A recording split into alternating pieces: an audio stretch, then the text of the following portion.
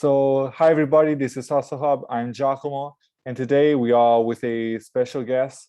He is Joshua Lutkemuller, and he has his own channel, Wall Street Junkie, and he has a very popular Instagram page with the same name Yep. that is doing pretty well.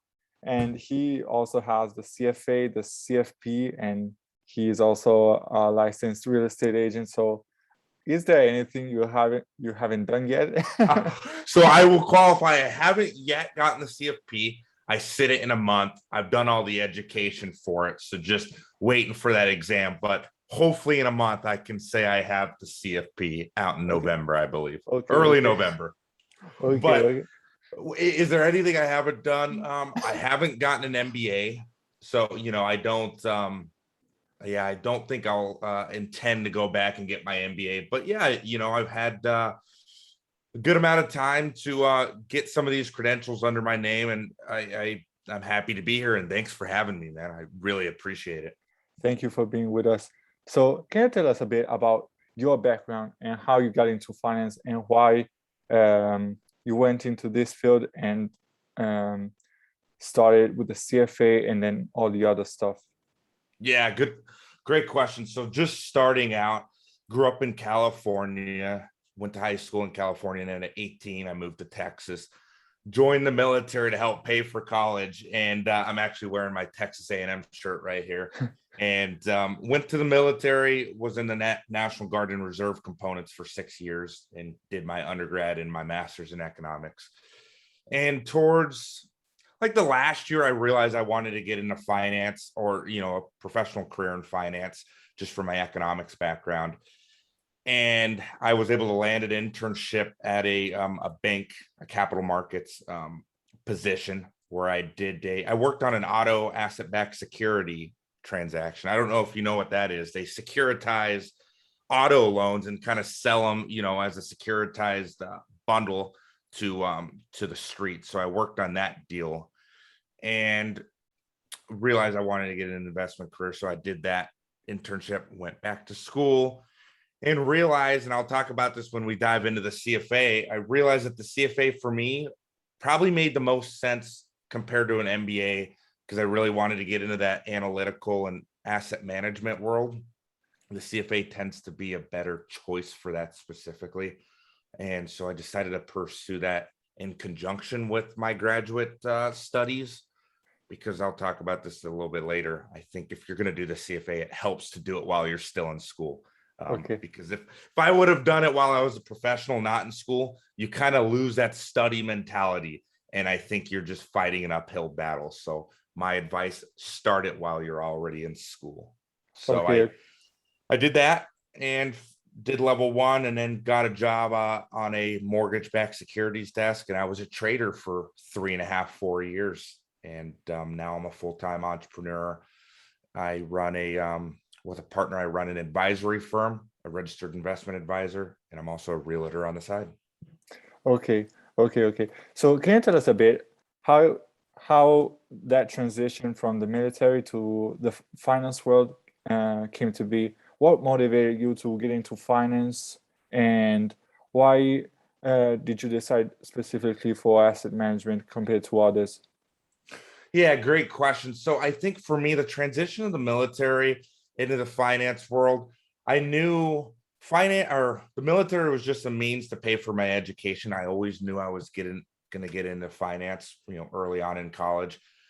But what I tell people is when you're trying to get into finance, it's really about crafting your story. And I found that a lot of firms were really trying to ramp up their veteran employee count. They really, like what veterans stand for. I suppose that's what they tell me. So, I did that.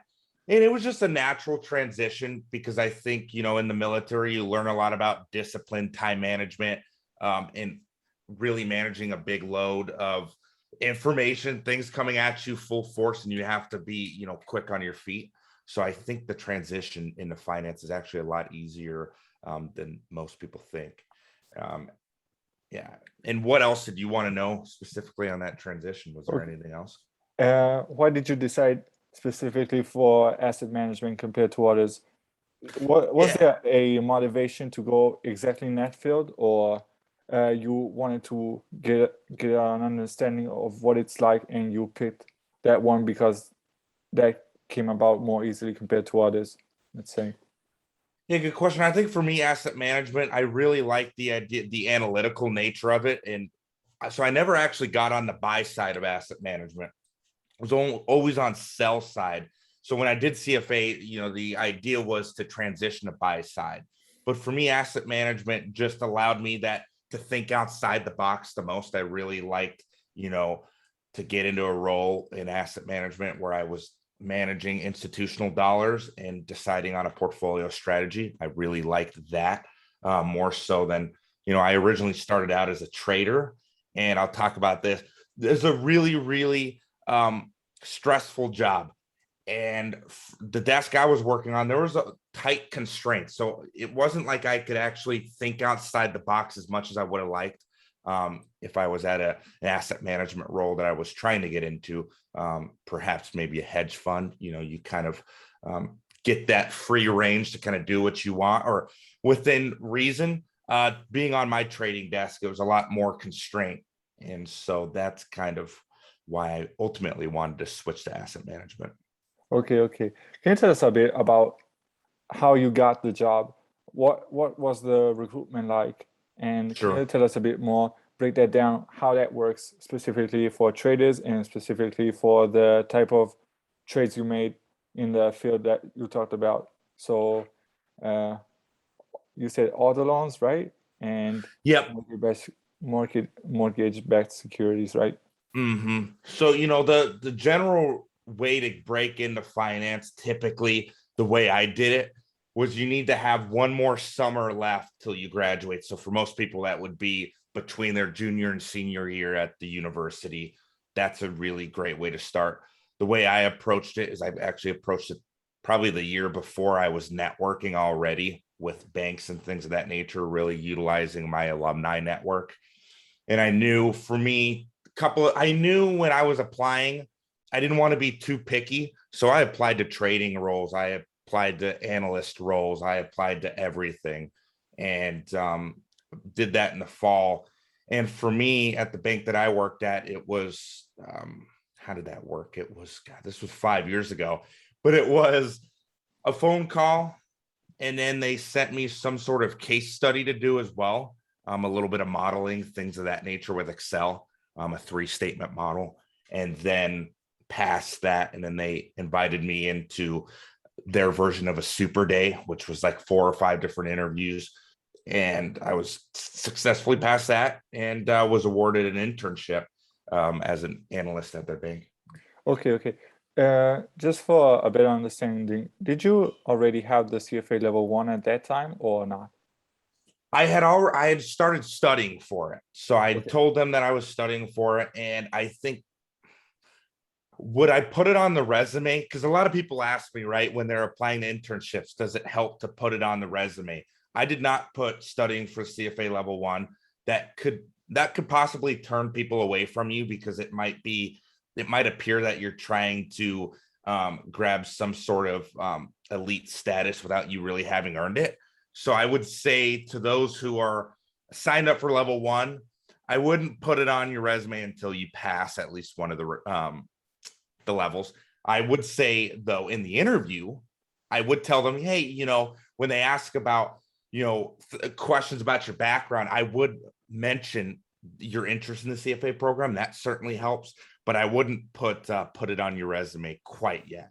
Because I've seen that people toss me resumes and they're like, oh, CFA level 1 candidate. I'm like, I would say don't put that on your resume yet. Just my opinion. Okay. Can you tell us a bit more about what are the technical skills that they look at when they're recruiting, especially for trading? Is it just Excel? Is it Bloomberg? Is it something else that will make you stand out?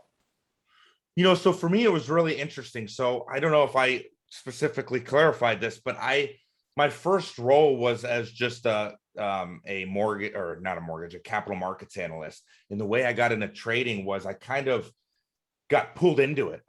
it was an internal hire. They already knew I had great skills and they were looking for a young trader. So I actually didn't apply for the job directly, but I can tell you kind of the things they're looking for when you're talking about a junior trader role. Having Bloomberg trading experience fresh out of college isn't likely. So that's not likely the most important thing. Although if you have it at your university, certainly a plus. I think for them, what it is your ability to showcase that you can work in a very stressful situation and think clearly, and be able to do that. And time management is super important as well, because when you're managing, for me, when I was managing a trading position, it was like $15 billion portfolio I was managing. So many different variables are coming at you at once that you really have to showcase in your resume your ability to juggle multiple tasks at once. So having a diversified resume, things of that nature, super important. And I think generally speaking, Excel modeling skills are super important as well. And the one thing I think is most important now is having a data analytics background now too. So the ability to use R or Python is becoming way more popular now. So those are some good skills I would have. Okay. But at that time, did they have some way to verify whether you could handle stress well enough, let's say, during the interview or later on? Yeah, I think one of the ways that they do that is, and I don't know if this is talked about a lot, the way they do in these interviews, in these trading interviews that I've been a part of, you'll get interviewed by 4 or 5 people at once. So that's another way for them to kind of test that when you have all these different backgrounds, personalities throwing questions at you left and right. That's how they prove that, especially when we're talking about young kids, because this question is kind of geared towards those that are coming fresh out of the uni. I think that's most important. You're not going to have the job experience clearly. So I think it's managing the expectation of these interviews. They can be stressful situations. So I think having skill and experience in that is super important. Okay. So can you tell us a bit more about what it's like to trade mortgage-backed securities? First of all, can you tell us a bit more? When did you do that? Was it after the 2008 crisis? And is it completely different from equities trading, or it's somehow similar? Yeah, so fixed income, I think, in my opinion, I might be a little biased, but I do think there's an added level of complexity there because bonds by nature are a less efficient market. There's so much more that goes into the pricing. So I think it's a whole different ballpark. And that's not to say equities are any less. It's just a different type of trading. But day to day, so I started trading mortgage-backed securities in 2017. So well after 08. So the game was completely different, especially with Dodd-Frank and all these other regulations that came in. And I was trading mainly A paper. So it wasn't anything crazy that was going on where these ninja loans were going about, these high LTV that were AAA rated. No, nothing like that. But, day to day. So what I was responsible for was my bank originated loans. And between the time that they locked the loan and then they deliver it, because the way my bank did, they would deliver that, we would pool the loans together and sell it to the street, which I was a part of.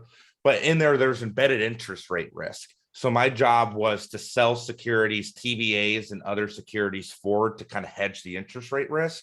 So I was always looking at the daily exposure, trying to forecast volume, the different product buckets, and selling different types of securities depending on it, mainly as a risk management role. I don't want to get too into the weeds on that. But interest rate risk was a huge risk that I was responsible for hedging using derivatives.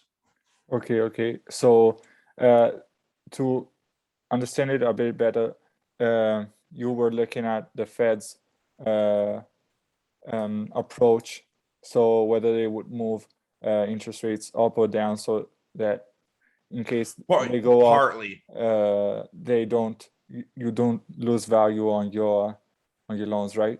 Right. And as part of that, there was also mortgage rates across originators as well. So let's say, for instance, let's say you originate a loan at, 3%, but then by the time you deliver it, rates are at 3.5%. Well, that kind of sucks, right? Because, you originate a loan at a far less,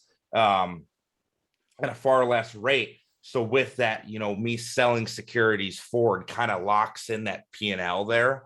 So, it's way, and the reason why you do it is, for me, it wasn't like maximizing P&L for the bank. It was more to consistently get to a point where the P&L could be forecasted for the bank. That's why you hedge, right? You want to manage the risk, get it within, this tolerable risk acceptance, because interest rate risk and the valuation of these portfolios can range very quickly, depending on how rates move.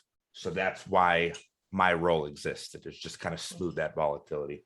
Okay. So you focus on derivatives, right? Yeah. Okay. So were your counterparts, the big banks like Goldman Sachs, JP Morgan, etc. So Right. you were packing up all these loans and then selling to them, right? Absolutely. So it was twofold. So when I sold the securities forward to originally hedge the loans in the portfolio, the market makers, your big Goldman Sachs, Morgan Stanleys would be on the other side of the trade, right? The broker dealer. And then, when it was time to settle these pools, yeah, I would sell the pools to your main broker dealer firms, your Goldman, Morgan Stanley, Mizuho, all the big bulge bracket banks. Okay. So can you tell us a bit more about what's the day-to-day operations and what it's like in terms of stress, work-life balance as a trader? As a trader, I think for me, day to day is coming in before markets open. For bonds, it's 7 a.m. 7 a.m. Central, I should say. That's when that's because I was trading in Texas at the time.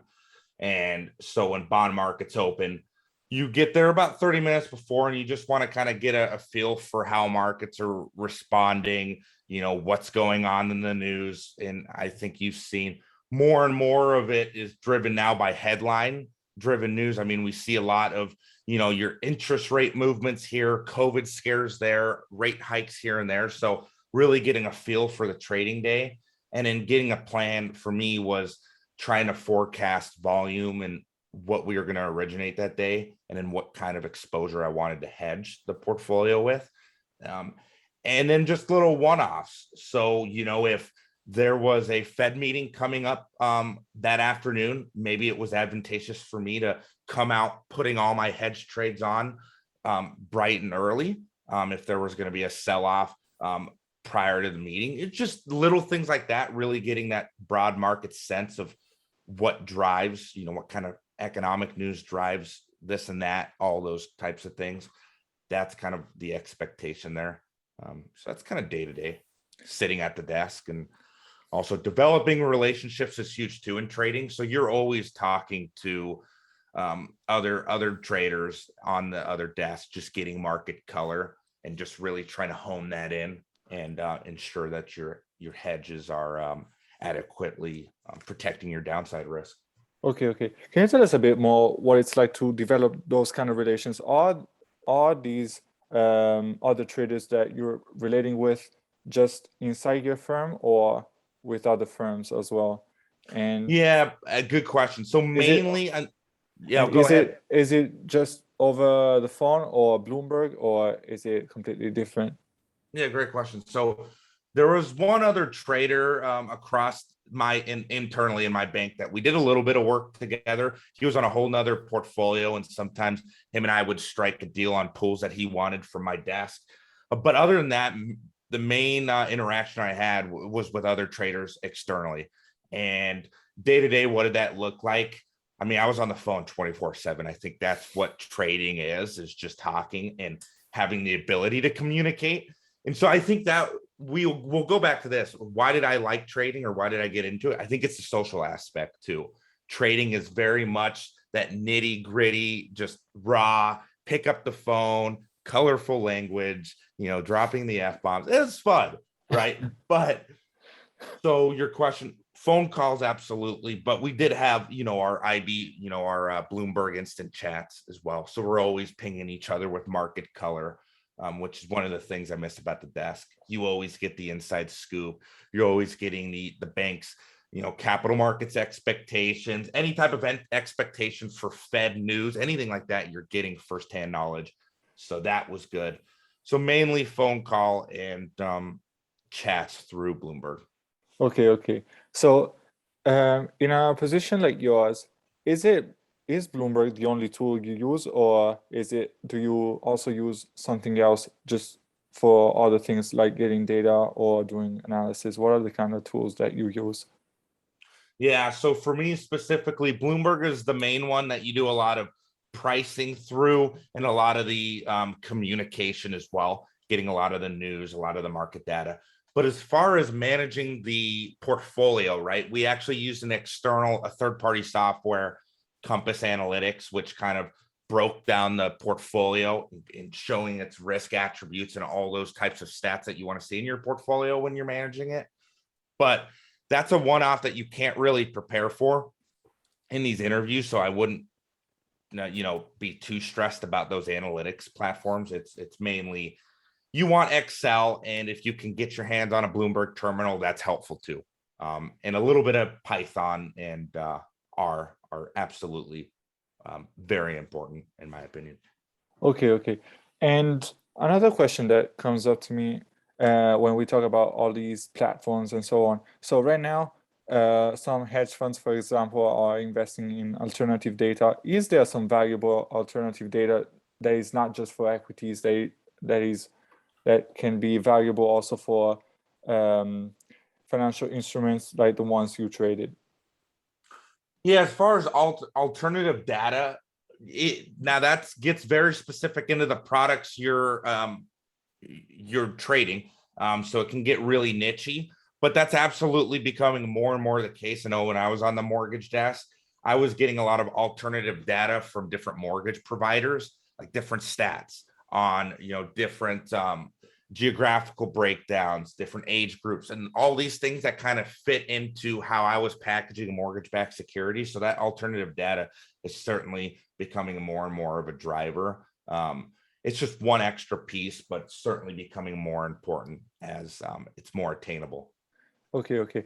Another question that I have in order to compare the types of trades you did compared to others is it that common for example, even for equities traders to hedge your positions like you did on the rumors on some meetings that are coming up, or is it something that you do just in mortgage-backed securities? Yeah, so hedging in pretty much any institutional desk is very important. As to whether the equity trader himself is hedging the position, perhaps not. It really depends on the trading role. I do think that would be a little bit too much to take on. I do think, when you're talking about equity trading, when you're an equity trader, you are in a way, you are taking on bets that are hedging the portfolio itself. So there is some of that hedging going on, but there's almost always hedging functions at pretty much any institutional desk. A lot of them are like risk management roles. So super important, pretty much across the spectrum from any institutional perspective. You're going to have dedicated guys looking at the downside and upside risk and how to manage it appropriately. Okay. And another question that comes up to me when we talk about hedging and risk is the FRM giving people an advantage if they want to get into this field, especially in hedging, in derivatives and so on, or is it better to go for the CFA like you did? Yeah, great question. I think I will go out on a limb here and say if you want to be a trader, honestly, you probably don't even need the CFA. I'll tell you that much. A lot of traders don't have the CFA, but again, I was using the trading as a bridge to asset management. But as far as the FRM, I didn't see a lot of people do it. I think if you're going to get into trading asset management roles, I think CFA is typically the gold standard when it comes to that. Not to say FRM isn't something to get on top of later down the road if you have the aptitude, But if I had to choose, I think CFA absolutely makes more sense. However, if you're more of like a risk management analyst and you're really like heavy quant on, you're not a trader, but you're on those risk roles, absolutely the FRM probably holds more weight, because I was studying for the FRM at one point and I had to say, nope, I can't handle it. Too much quant for me to really focus on it at the stage of my life where I was at the time. But yeah, the FRM I think is more of a risk management approach, and you don't necessarily need that in the asset management industry or even the trading industry, if that helps. Okay. I think last question that I have on mortgage-backed securities is, given the fact that retail traders don't trade these kind of securities, have you ever seen some liquidity shortage while you've been there, and what does it look like in a market like this where you have only professional investors? Yeah, so I think when I was on the desk, liquidity shortages, not so much, because if you know this, the Fed was buying a ton. They still are. So Okay. I will say the products that I was trading, and again, I should clarify, I was trading a paper, and it was all agency labels, so Fannie, Freddie, and then VA, Ginnie securities. So the liquidity there is pretty hot. But then there's non-agency paper as well that is a little bit more risky. That paper I didn't trade. Certainly more liquidity events there, but I don't have too much color experience there, because when I was trading it, liquidity was pretty phenomenal. Those markets were getting a bid up pretty phenomenally as rates started to slowly and steadily decline. I mean, the pay-ups on these bonds were going through the roof, and inadvertently made the desk a lot of money without even really trying to. And that's the thing about hedging, right? Is you hedge your downside risk, but there's opportunities there when it's driven by the market and some of the market factors that were going on from the Fed printing money hand over fist. Because I was on the desk when that was happening, so that was an interesting dynamic to see on those few years I was there. Okay. Can you go back a bit on about the work and life balance over there in trading? What it's like? What are the big pros and big cons that you liked, and some other things that you didn't like that much? Sure. I think for me, I'll just say right off the bat, I think the day for me started at 6 a.m. and probably ended at about 5 or 6. So, you're talking 11, 12-hour days, which isn't as much as, your investment bankers. But I will say investment bankers, they're not tuned into the markets 24/7. When you're on the desk, you got your headset, you're in Bloomberg, you're watching markets because you're responsible for a large portfolio. So there's that kind of stress. There's always something going on, always something to think about. And there's no dead day. And I think that's part of the, not gripe that I have with it, but part of the reason why I left is I felt like even though I was done with the work day, there was always that next trading day. And hey, what could go wrong here? And it always kind of kept me up at night, especially when you're talking about big portfolios and the responsibility you have there. So, but work-life balance, you can have it. For me, I was working 60, 70 hours a week. So it's certainly attainable, certainly can do it. When you get into finance, you have to understand that you have to have a really structured day. There's still balance. I enjoyed working out. I was still in the military during part of that as well. It's just all what you make of it. And really, it just requires more discipline in order to manage this type of career. I don't think it can entirely kill your social life, but it can if you allow it to. Yeah. But with the CFA and trading, that did kill my social life. I will be honest. I was trading and studying for the CFA, and that was usually about 100, 110 hours a week. So, it's all a matter of perspective, but that's why you want to start these things young, get after it young. That way, when you're older and you have a family or kids, I couldn't imagine getting the CFA while I was married or had kids. Okay. So can you tell us a bit more about the CFA, what it was like, what it focuses on, and compared to the CFP? And Sure, yeah. what Yeah, what good are question. the kind of opportunities that might open up with the CFA, and what are the kind of opportunities you might have with the CFP? Sure. Yeah. So the CFA is really honed in on one particular piece of the investment world, which is asset management, managing a portfolio. And so that really dives into understanding the different asset classes, understanding portfolio management, understanding asset allocation, understanding a little bit of how economics fit in to the way you forecast and create an allocation, create a strategic allocation, tactical allocation, you name it. So it's a little bit more defined. So that's why when I say if you're going for a CFA, I think it really makes sense if you're going to go in the asset management, investment management world. When it comes to the CFP, what I do now is I'm an investment advisor for high net worth individuals usually. The CFP lends itself more to like this holistic view of not just investment planning, but then insurance analysis. Then we're talking about estate planning, taxes. So the broad, a broad scope, whereas the CFA is just narrowly really the investment planning phase, really. So CFP probably lends itself more to someone who is more in that advisory role that needs more of a holistic approach, that has a broader understanding of many different topics. Like I said, taxes, estate planning, insurance planning, none of that is covered in the CFA. So when I transitioned to the CFP, there was a learning curve there. But everyone asks me which one is harder, CFA, CFP. Hands down, CFA is like 10 times harder, in my opinion.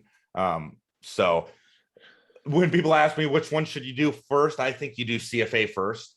If you do CFA first, I think you'll still set yourself up really well, because I think the hardest part about these designations isn't necessarily the knowledge itself, but taking the tests and how broad scope they are, and how challenging the tests themselves are. So I think if you get the CFA first, you're really prepared from a test taking perspective on what to expect in the CFP.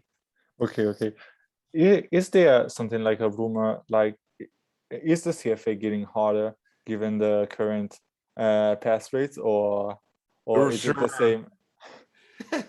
Yeah, so I did a video on this, and because a lot of people asked me about this.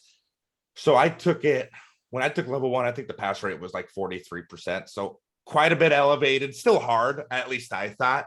But when you look at, so I think the CFA has changed the computer-based testing in the last 2 or 3 exams.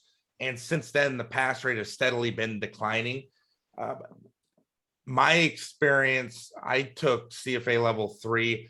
It got delayed because of COVID. And so CFA Institute put out, due to COVID, people were less prepared because they put it off, procrastinated, what have you. I felt like I was more prepared having it pushed another 6 months. So I don't know if I buy CFA's argument that, the candidates just weren't as prepared. I do. And you've seen it a little bit in the data. It does suggest that the minimum pass rates have been elevated. So I think it's pretty fair to say that the exams have gotten a little harder. There's a lot of conspiracies why. One of the ones, I think they're probably trying to reel in the prestige of the charter, because a lot of older charter holders were getting mad at how easy it was to get it. And so they might be dialing that back. Hard to tell though, but it's likely getting a little bit harder. I think as it's becoming more and more well known.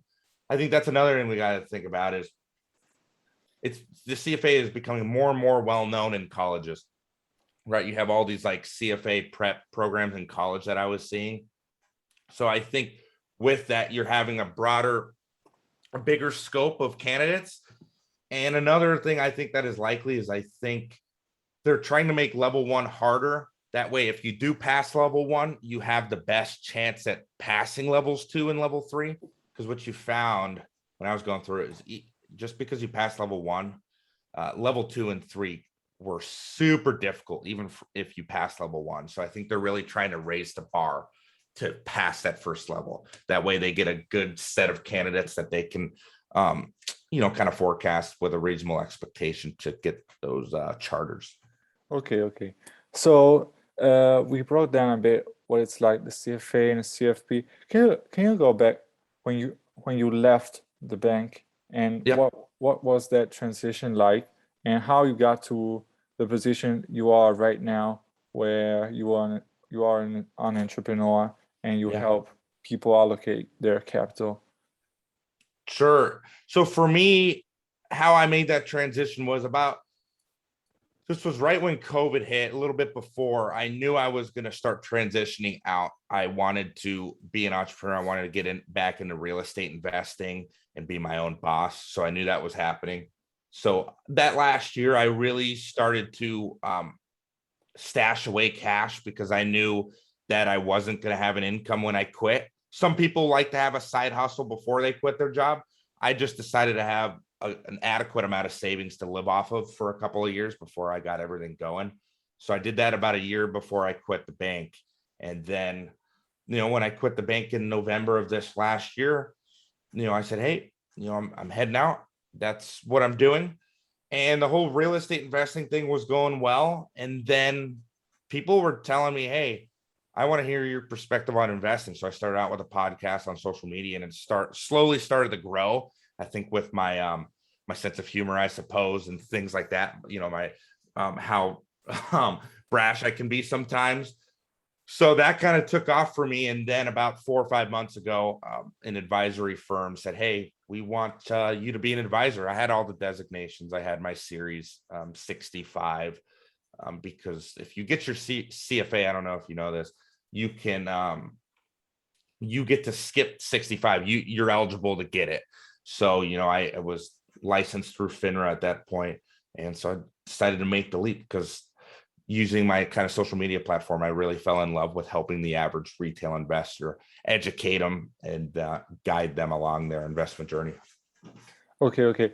How did that real estate license came about? And in what cases people decide to go for real estate rather than equities?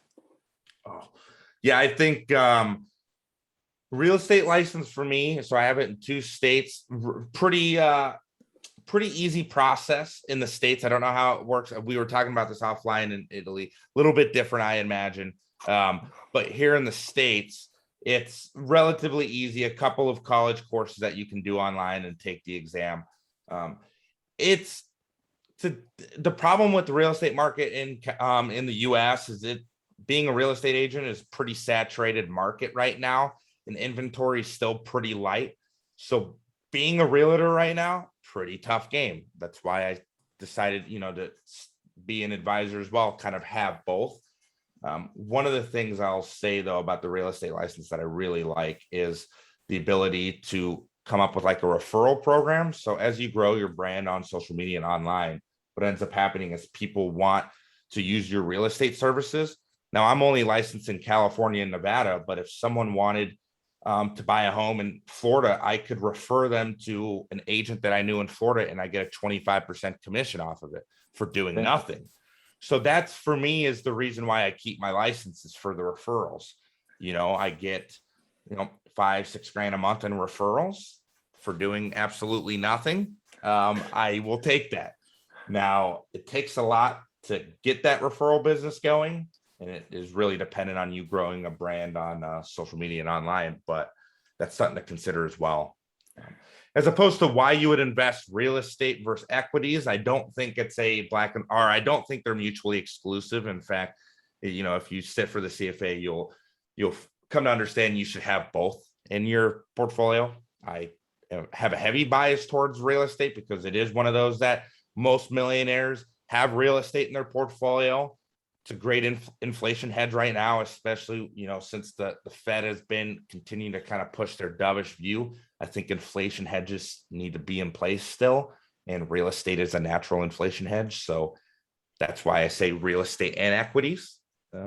Equities are a good inflation hedge too, though, as I'm sure you know, depending on what equities you have in your portfolio. Okay. So a bit about your business. How do you come up with new referrals, and how do you get to know high net worth individuals that you can work with? How does that look like? Sure. So for me, a lot of it is driven through it's twofold. So I draw business from social media first and foremost. Surprisingly, there's a lot of people out there, wealthy and not wealthy, who go to social media now. It surprised me too, but I realized that potential.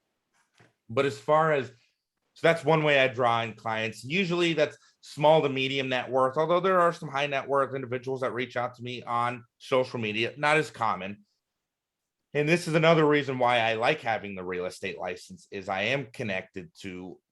have an easier time getting connected to high net worth individuals as a realtor. That's just the nature of the beast, because it's dependent, especially the area I live in as a realtor. I am networked with these people. So that helps. So I always tell people, if you're in the States and you're in the investment world, get a real estate license. Super easy to get, and you never know if you're going to need it. Another way I'm able to tap into high net worth is just networking from my old job at the bank. I think I still tap into some of those networks as well, which is one of the biggest benefits of working as a trader is there's a pretty tight network. So I utilize that to my advantage as well. Okay. So can you tell us a bit about the real estate market, especially where you live, and is it hard or not? And you also lived in Texas, and how does that look like over there? Is there still room for growth, or you think it's a bit saturated? Yeah, I think being a realtor is saturated, but as far as the real estate market where I'm at, I'm in Northern California. It was one of the top 10 hottest markets for the year. I think the house I'm living in that I own, it appreciated about 30% in a year, which is it has performed phenomenally, right? I mean, outpaced equities, obviously. You generated alpha. Yeah, I think there's alpha there, especially with the rent that I generated as well, not just in the appreciation of the home, certainly alpha there. But real estate market. So, when people look at it, they're like, oh, wow, well, market's hot. It's got to come down. And I'll tell you, I don't know if I agree with that. You look at the housing shortage where I'm at in the US, there's a huge housing shortage with people. It's like to the tune of there's discrepancies, but like 3.5 to 5 million houses shortage as people kind of flock to suburban areas now. So I do think there is this healthy demand there that even as supply comes, builders are starting to build more. Do I think there's going to be as dramatic price increases year over year this year? No, I don't, because I think there was a lot of weird market dynamics going on with COVID and things like that. But I think the market's going to stay elevated. I see that going on as institutional buyers are becoming competitive in the market. And where I'm at specifically, what you find is in 08, the problem with 08 is demand was artificially created as people were allowed to get multiple loans, right? Multiple houses, non-income verification loans, ninja loans. That's not the case anymore. It's a really stringent process to get a loan. So what's driving these prices in this hot market is people are flocking from the cities in California, and they're moving to they're capitalizing on the price appreciation in the cities because it was outrageous for the last decade, and they're cashing out and they're coming to my area and they're paying with straight cash because they have cash. And to them,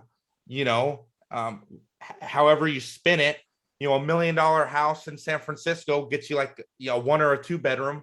Well, you take that $1 million, they don't care if they have to bid 50, 60, 70,000 over asking. They're going to pay $600,000-$700,000 for a house. They don't care if it's a good deal or not because they have the cash. So that's what you find going on right now is people just are sitting on cash. And you see that a lot right now. Personal savings rates are elevated. People have cash. And so that's where it's segmented as well. So not every part of the real estate market is hot, but certainly residential has been phenomenal. So I like California real estate, and Texas real estate, obviously, as you alluded to, is very phenomenal as well. Austin market, very phenomenal. And I do think there's room to go in real estate, believe it or not. Okay. So can you tell us a bit more about your business, how it got started, what were the struggles you had to go through to build your business, and Sure. when does it become, what is the kind of threshold when it starts become viable in terms of asset management, in terms of number of clients that you have? When does it start to become reasonable to go on your own? Yeah, good question. I think different from every person, but I think having a gauge on the clientele and the prospect list you have. So I think for me, before I even started getting into the advising world, I really am big into like gathering data. So gathering a model of potential clients that I had relationships with and measuring, like, for me, I was like, I kind of knew a rough estimate of these people's assets and what they had and a reasonable expectation of what I could bring on. So that those are rough numbers you get. But for me, I think for me, what it was, I had a different vision too. I think what I wanted to do is, so my firm, we're a fee only fiduciary firm. So what that means is, we don't make commissions on any products we sell. We only, make money on the fees that we charge, the asset management fees, things of that nature. So it's the most transparent model there. But my firm also takes it one step further. My buddy and I, we take it one step further. We're now open to the whole hourly. You pay hourly, because what you're seeing right now is there's a lot of financial coaches, things, that model's becoming popular. And I'm trying to kind of combat that with an advising model that is very flexible given the client situation, because maybe they don't need me to manage their assets, but they need a professional to analyze a piece of their portfolio.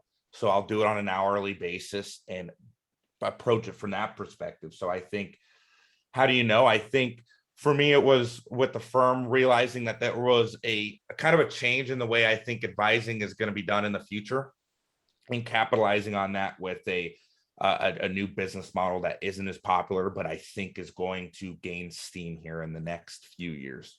So that's how Okay. I decided to take a leap too.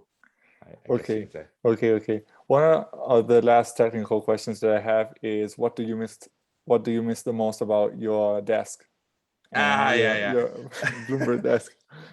There's this notion that, when you watch like the Wolf of Wall Street, that it's that wild. The trading desks weren't that wild, although there are pieces of it where the stories, the joking, the high energy, the people. I miss the people, absolutely, because when you're on a trading desk, it's super collaborative, right? It's just all one desk, literally, with like computer screens, and you're sitting next to, 6 or 7 different analysts, your MD, another trader. Because let me think back. There was 2 traders, 1 director, and 4 analysts. So I was one of the traders trading one piece of the portfolio. He was trading the other piece.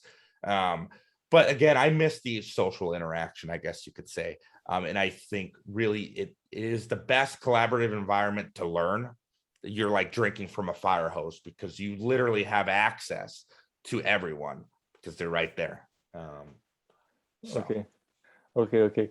Another question that I forgot to ask you before is, what do they look at when it comes to promotion on the trading desk? yeah, good question. So I was never promoted as far as getting another role. I mean, I was there for longevity. I was, boosted up my pay and level there. But as far as climbing up the leadership role, that's the issue with trading, which is a pretty flat organization, right? You have traders and then you have a managing director. There's no really in between. So, you quickly find that you can cap out your pay pretty quickly as a trader within 5 to 10 years. You really are where you're at, unless that director leaves, then maybe. But again, it's a very flat organization, and you get really niched in. So I always tell people, if you want to do trading, have an exit plan. Don't stay longer than 3 to 4 years. If I were you, trading is an excellent skill. I think the skills, if you package on a resume well, can translate really well into the buy side asset management firm, because you have those technical market analysis skills. you just don't want to be trapped in the trading role too long, because then you really become pigeonholed. And that's a lot of gripes about trading, is people become pigeonholed really quickly because you have a really specific set of skills. So I think as a young professional, if you're getting into a trading role, unless you really love trading, I would recommend not staying there longer than 2, 3, 4 years. Okay. So great. It's Hope great to that have. helps. Yeah, sure will. And one last question that I have for you is whether your visibility on Instagram is giving you a boost for your business, and what it's like to have such a visible and popular page on Instagram Right. about finance topics. It's not that popular. I appreciate it. It's getting there. But as far as boost to business, yeah, and that's the thing. It's a huge boost to business. People don't think about it, but it is. Especially if you have the designations and credentials and legitimate experience. People like to flock to those who have that background, and fortunately I do. So it is interesting that I can draw clientele from it. I've done real estate deals through it. I've done referrals. I've gotten advising clients through social media. So all those things are huge, but it's no discount to actually a big part of being like an advisor and thing is like all the outbound. So making sure you're reaching out to potential clients with marketing material. I do send out monthly newsletters of my market color and things of that nature. That's how I really capture. Social media is a great lead source. And what is it like being popular? I think not that popular, but people think when you get popular on social media, it's really easy to get in the same repetitive cycle. So what I find is I'm always trying to find a new joke or a new way to make people laugh. And so that's my whole approach on this YouTube channel that I'm putting more effort in, is to kind of add this authentic approach where I'm supposed to make you laugh. That's my whole goal. Okay. So great. I'm done with the questions. So thank you a lot for your availability. If you have anything else you want to say, anything else you want to say to maybe younger people that want to get into the field that you are and you've worked in, you're free to do so. If not, I really want to thank you for your time and for your availability. Yeah, absolutely. I think the one thing I want to reiterate is, if you're a young kid and you're starting to invest and you're worried about the heights of the markets and where they've reached, I just want you to think long term. Markets are usually going to trend upwards regardless of how hot they've become. So I think if you get into the business of trying to time the market, you're only going to set yourself up for failure. So I think if you have a long-term time horizon, especially your age, my age, I'm still in my 20s, I think you invest for the long term. Right now, these are buying opportunities that might look expensive relative to a year ago.